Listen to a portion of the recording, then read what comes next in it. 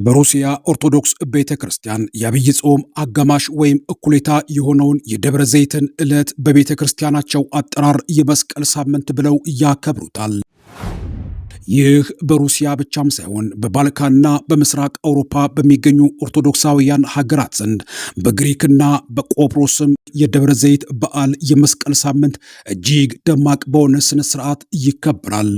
የክርስቶስ መምጫው የዘመን ፍጻሜ መቃረቡን ቤተ ክርስቲያናችን በአብይ ጾም አጋማሽ እንደምታወጀው ሁሉ ዛሬ በመላው ዓለም ይህ የክርስቶስ የምጽአቱ ዕለት በዚህ የጾም ወራት የሚታወጅበትና የወንጌል ምንባባት የሚነበቡበት ጊዜ ነው።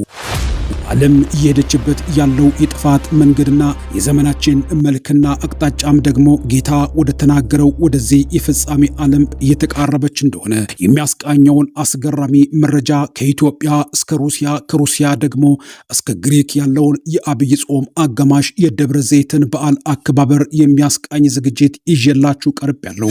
አብራችሁኝ እንድትቆዩ ስጋብዛችሁ ለዚህ ቻናል አዲስ የሆናችሁ ሰብስክራይብ በማድረግ መረጃዎች ደግሞ ሲለቀቁ ፈጥነው እንዲደርሷችሁ የደወል ምልክቷን በመጫን ላይክና ሼር በማድረግ ወዳጅ ቤተሰብ እንድትሆኑ የምጋብዛችሁ ሙልጌታ ስዩም ነኝ። ቤት ለመግዛት አስበው በቂ ገንዘብ የለኝም ብለው ተጨንቀዋል? እኛ ለዚህ ጥሩ መፍትሄ አለን። በኮሪደር ልማት ባሸበረቀው በለቡ መብራት ኃይል የቤት ባለቤት መሆን ምንኛ መታደል ነው። እርስዎ 40% ብቻ ቀስ እያሉ ይከፍላሉ። እኛ ቀሪውን 60% የረዥም ምቹ የሆነ የባንክ ብድር አከፋፈል አመቻችተንልዎታል።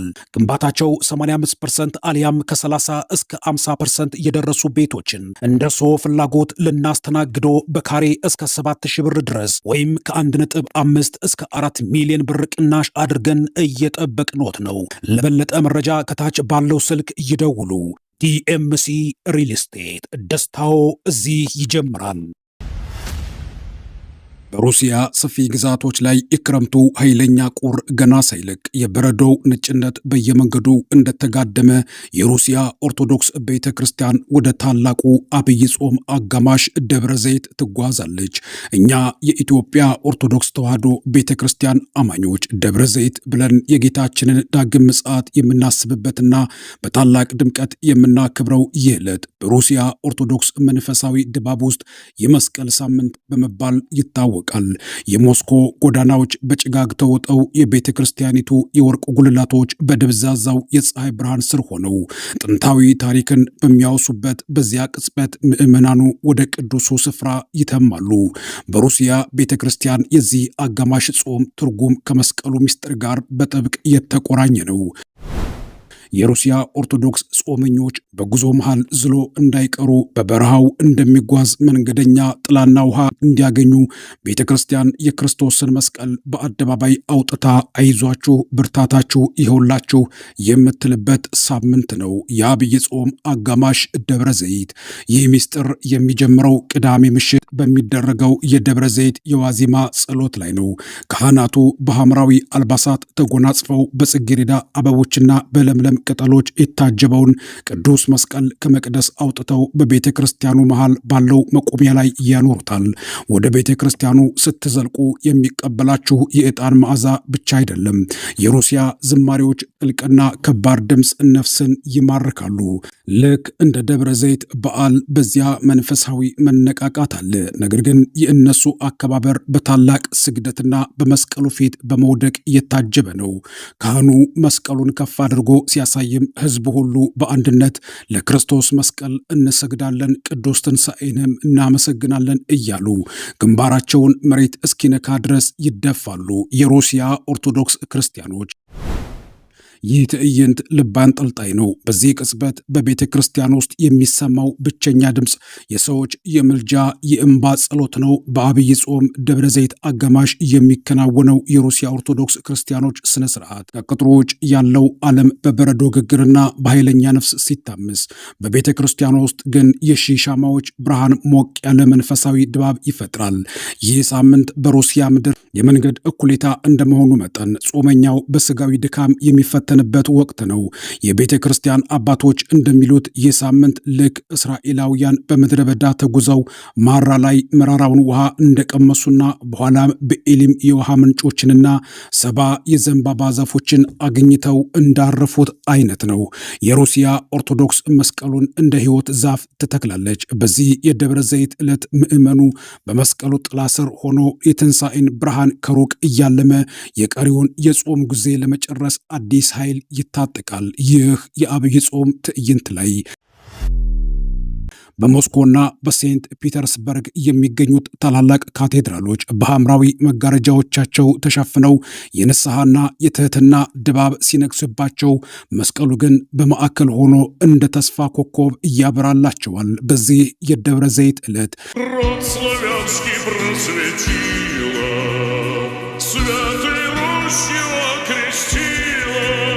በዚህ ሳምንት የሚከናወነው ሌላው አስደናቂ ስነ ስርዓት ደግሞ የቅዳሴ ጸሎት ነው።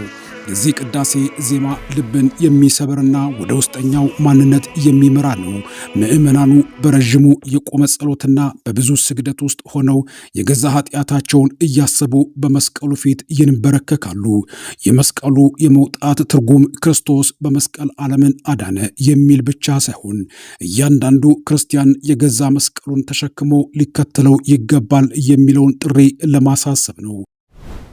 በገጠር ያሉ የሩሲያ መንደሮች ደግሞ ይህን ዕለት ለየት ባለ ባህላዊና መንፈሳዊ ቅኝት እያከብሩታል። በኢትዮጵያ ደብረ ዘይት ላይ የምንሰማው የሰው ልጅ በክብር ይመጣል የሚለው ዜማና በሩሲያ ቤተ ክርስቲያን የሚሰማው ለመስቀልህ እንሰግዳለን የሚለው ቃል በአንድ መንፈሳዊ ማዕድ ላይ ይገናኛሉ። ሁለቱም የአጋማሽ ጾም ትርጉሞች የክርስቶስን ድል አድራጊነትና ተስፋን የሚሰብኩ ናቸው። በሩሲያ ኦርቶዶክስ ትውፊት መሰረት መስቀሉ ለሳምንት ያክል በቤተ ክርስቲያኑ መሃል ይቆያል። በዚህ የደብረ ዘይት ሳምንት እያንዳንዱ አማኝ ወደ ስራው ሲሄድም ሆነ ሲመለስ ወደ ቤተ ክርስቲያኑ ጎራ ብሎ ከመስቀሉ ስር ተንበርክኮ ሳም አድርጎ ይወጣል። ይህ ድርጊት ለሩሲያውያን ከአምላክ ጋር የመነጋገር ያክል ትልቅ ትርጉም አለው። የዚህ ሳምንት ዝማሬዎች ከኪሩቤል ይልቅ የምትከብሪ እያሉ ድንግል ማርያምን ሲያወድሱ፣ የመስቀሉ ፍቅር ደግሞ የሰው ልጅንና የእግዚአብሔርን ፍቅር እያበሰረ በቤተ መቅደሱ ውስጥ ያስተጋባል።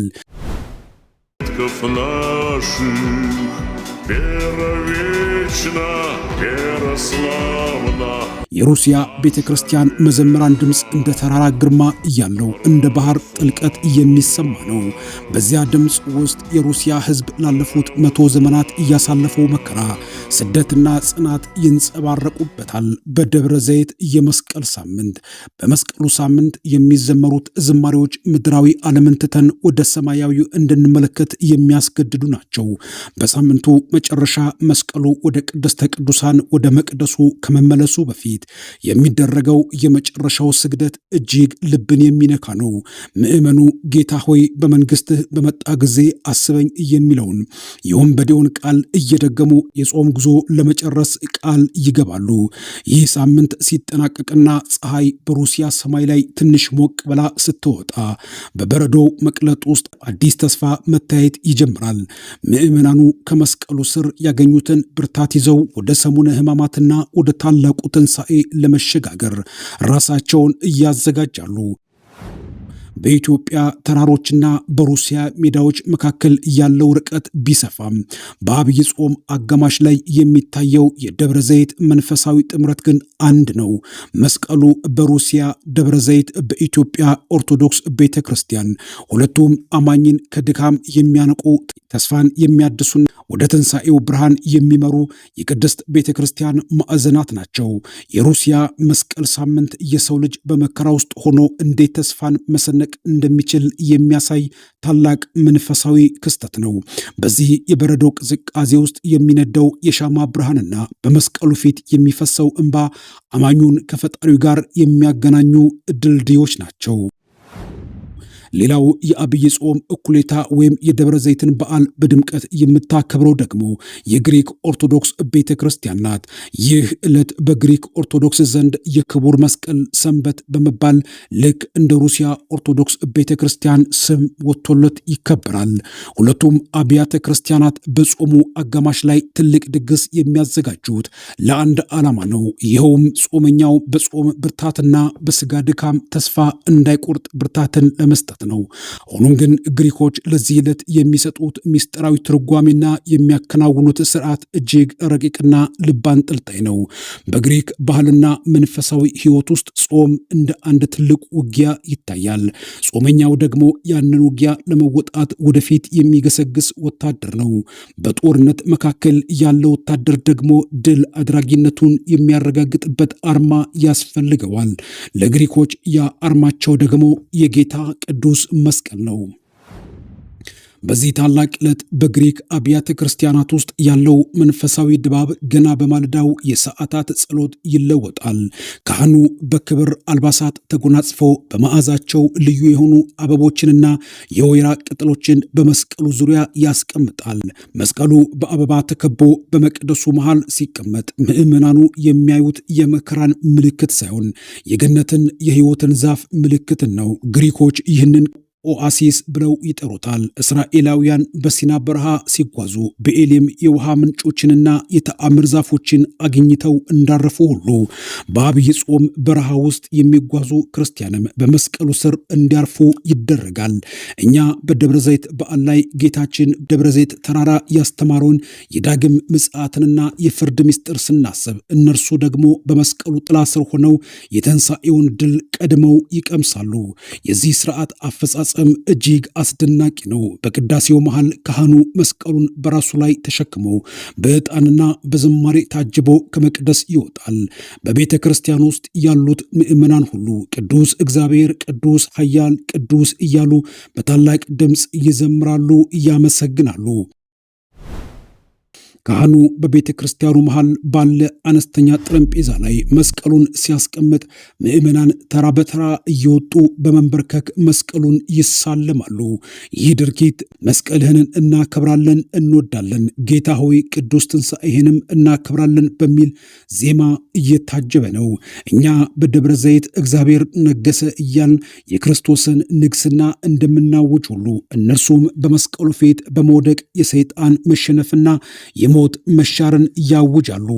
መስቀሉን በአበባ ማስጌጣቸው መስቀል እንደ በረሃ ቁልቋል ደርቆ የሚቀር ሳይሆን በክርስቶስ ደም የለመለመና ለዓለም ሁሉ ፍሬን የሚሰጥ መሆኑን ለማሳየት ነው። ከዚህ በላይ የግሪክ ኦርቶዶክስ አባቶች ይህንን ዕለት ከታላቁ ንጉሥ መምጣት ጋር ያመሳስሉታል። አንድ ታላቅ ንጉሥ ወደ አንዲት ከተማ ከመግባቱ በፊት አጋፋሪዎቹ የንጉሱን አርማና ሰንደቅ ዓላማ አስቀድመው ይዘው እንደሚገቡ ሁሉ የክብር ንጉሥ ክርስቶስም በትንሣኤው ድል አድራጊነት ሆኖ ከመምጣቱ በፊት ድል አድራጊው መስቀሉ አስቀድሞ በጾሙ አጋማሽ ላይ ይገለጣል ይላሉ። እኛ በደብረ ዘይት ላይ ጌታ በክብር እንደሚመጣ ዳግም ምጽአት የምናስበው ሐሳብ በግሪኮች ዘንድ በመስቀሉ አጋፋሪነት ይገለጣል። መስቀሉ የንጉሱ አርማ ነው። እርሱ ከታየን ንጉሱ መምጣቱ አይቀርም። ስለዚህ ምዕመኑ ትንሣኤው ቅርብ ነው ብሎ ተስፋ ያደርጋል። በአብይ ጾሙ ድካም ምክንያት ሊዝሉ የሚችሉ ክርስቲያኖች ይህንን አርማ ሲመለከቱ አዲስ ኃይል ያገኛሉ። በሌላ በኩል በዚህ ዕለት የሚነበበው የወንጌል ክፍል ማርቆስ ወንጌል ምዕራፍ 8 ቁጥር 34 ላይ እጅግ ጥብቅና አስተምሯዊ ነው። ጌታችን ሊከተለኝ የሚወድ ቢኖር ራሱን ይካድ መስቀሉንም ተሸክሞ ይከተለኝ ያለው ቃል በታላቅ ድምፅ በግሪክ ኦርቶዶክስ አብያተ ክርስቲያናት ዘንድ ይነበባል። ይህ ቃል ለጾመኛው ትልቅ ትርጉም አለው። ጾም ማለት ራስን መካድ ማለት ነው። መስቀልን መሸከም ማለት ደግሞ የጾሙን መከራ በደስታ መቀበል ማለት ነው። ግሪኮች በዚህ ቀን መስቀሉን ሲሳለሙ ቃል ኪዳናቸውን ያድሳሉ።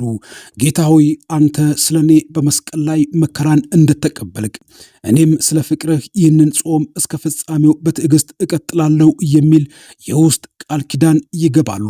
በአብይ ጾም አጋማሽ እኩሌታ በደብረ ዘይት ዕለት ስበን ብለን እንደምንጸልየው ሁሉ እነርሱም በመስቀሉ ፊት ሆነው የክርስቶስን ረድኤት ይማጸናሉ።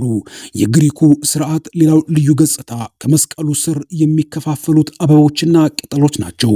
ቅዳሴው ሲያበቃ ካህኑ በመስቀሉ ዙሪያ የነበሩትን አበቦች ብዙውን ጊዜ ባሲል ወይም ዳፍሮዲልስ ለምዕመናን ያድላል። ምዕመናኑ እነዚህን አበቦች ወደ ቤታቸው ወስደው በቤተ መቅደሳቸው ያስቀምጧቸዋል። ይህም የመስቀሉ በረከት በቤታቸው እንዲኖርና የጾሙን ቀሪ ቀናት በቅድስና እንዲያሳልፉ ይረዳቸዋል ተብሎ ይታመናል። ይህ ልማድ በእኛ ዘንድ ከሚደረገው የሆሳዕና ስነ ስርዓት ጋር ይመሳሰላል።